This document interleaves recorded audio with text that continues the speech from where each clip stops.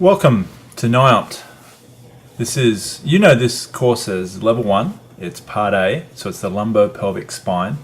You may notice on this slide that you'll see a C-511. And this is indicative of the changeover we're making in our curriculum effective January 1 to 2013. This is actually the first of the classes that are taught officially in that format, and you'll see some more changes up, and I'll explain how we're changing the courses as we go through the whole introduction. This in some ways is a brave new world. You guys are also the first group of people that are going through the 2-day format, where there's 1 day online where we'll be doing a lot of lecture and the didactic material and setting you up with in terms of the structure and the amount of information that we want to get you through, and showing you exactly what kinds of things we're expecting.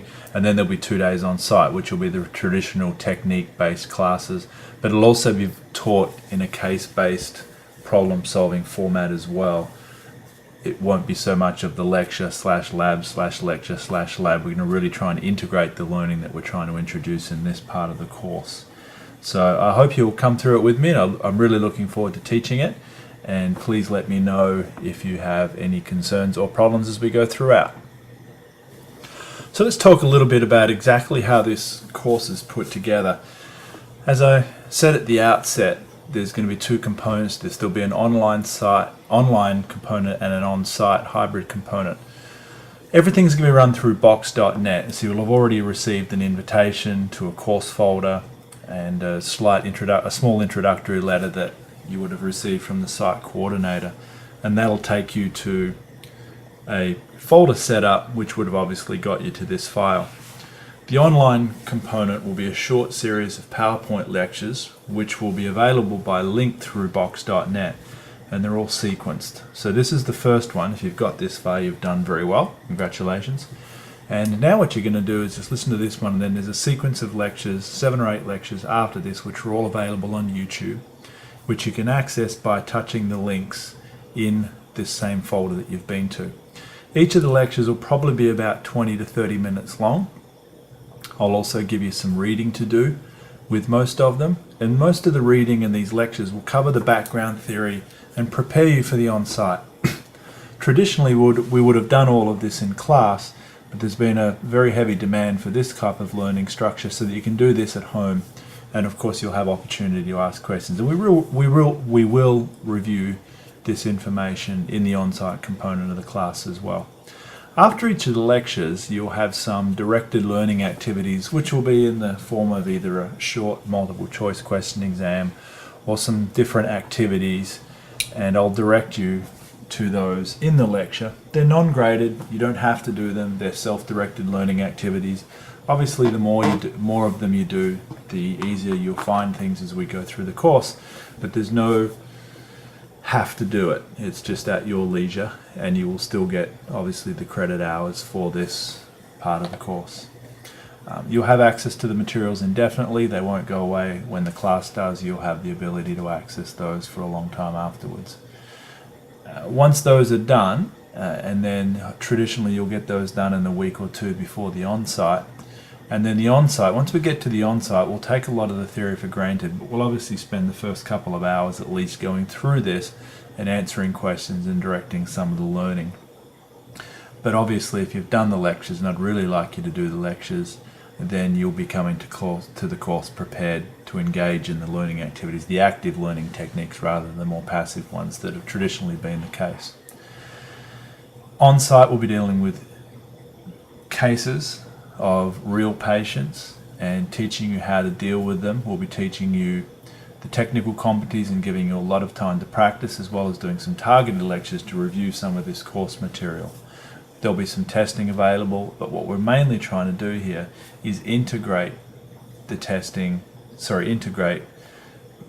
course learning material into your practice patterns. So the on-site component of the class is going to be spent practically doing and integrating rather than listening and receiving the passive information.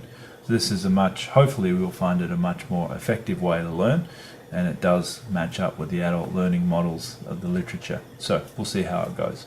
Anyway, that's the basic structure. Lectures prior to this beforehand, and the small learning activities which are designed to integrate the learning that occurs through those lectures, and then we will convene for the on-site, usually a couple, 3 weeks after you get access to the materials, where we'll do our case-based learning and put everything together that way.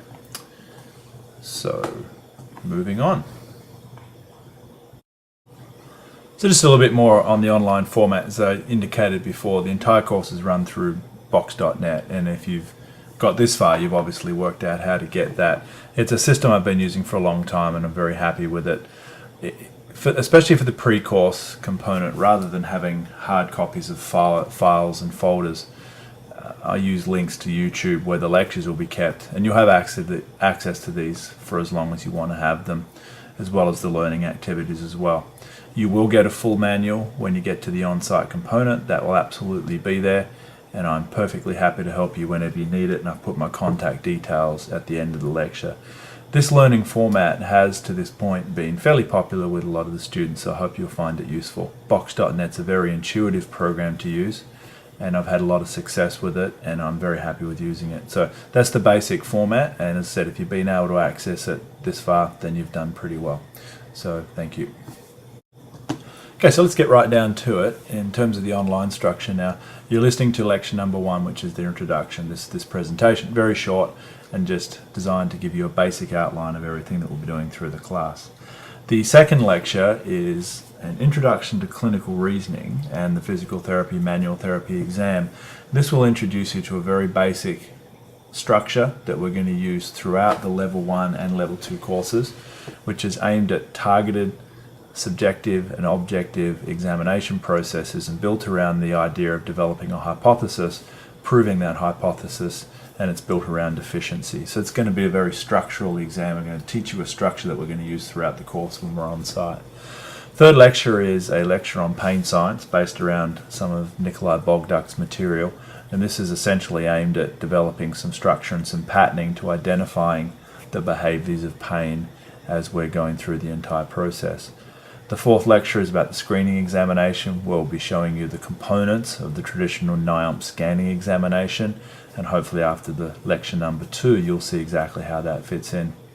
Lecture number 5 is a specific lecture on the neurological examination, which I have really tried to develop as a focus point of mine, because I do believe that there are some things we do well. I think there's some things that we could definitely improve on with the neurological exam, so you'll see much more of a focus on that in the neuro exam too.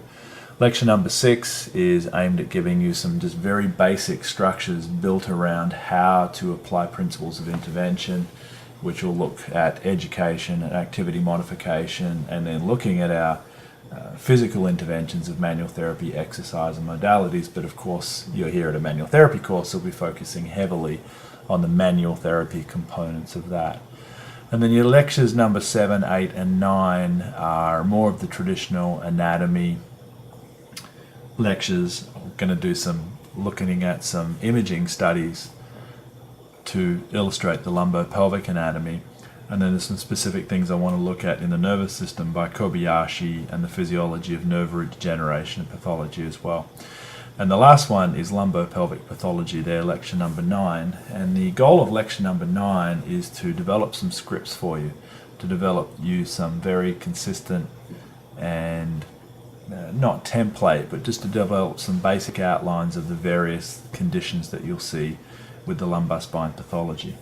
This whole package together prepares you for the on-site component of the course.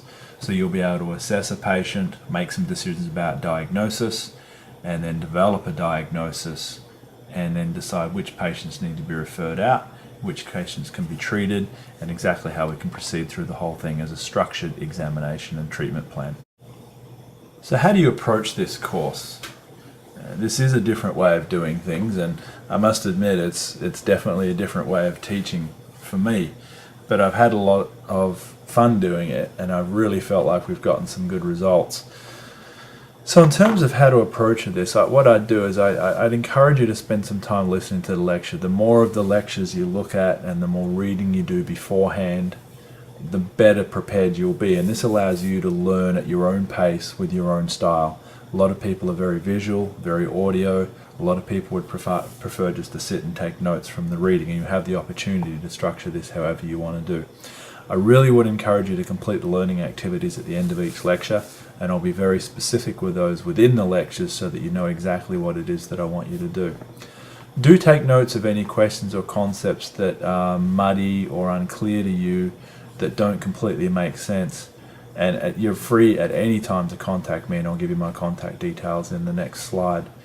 But don't worry too much if there are some things that are muddy or unclear, because that's why we're doing the on-site portion of the course. The pre-course is not just an information dump and then we're not going to cover it again. We very much are going to take that information and incorporate it into everything that we're actually doing with the course. But complete the pre-learning activities will definitely help with this. Then once we've done the on-site portion of the class, I can better determine how it is that everybody learns, and then there'll be the opportunity to complete some post-course learning activities if you desire to do so. There's certainly no requirement to do that, but these courses are designed to help prepare you for the examination components and certification process that NAIOMT does offer to people who are interested in doing so. Okay, I hope this introduction has given you a basic sense of how we're going to approach this course. If not, my email is here, brettwindsor@gmail.com.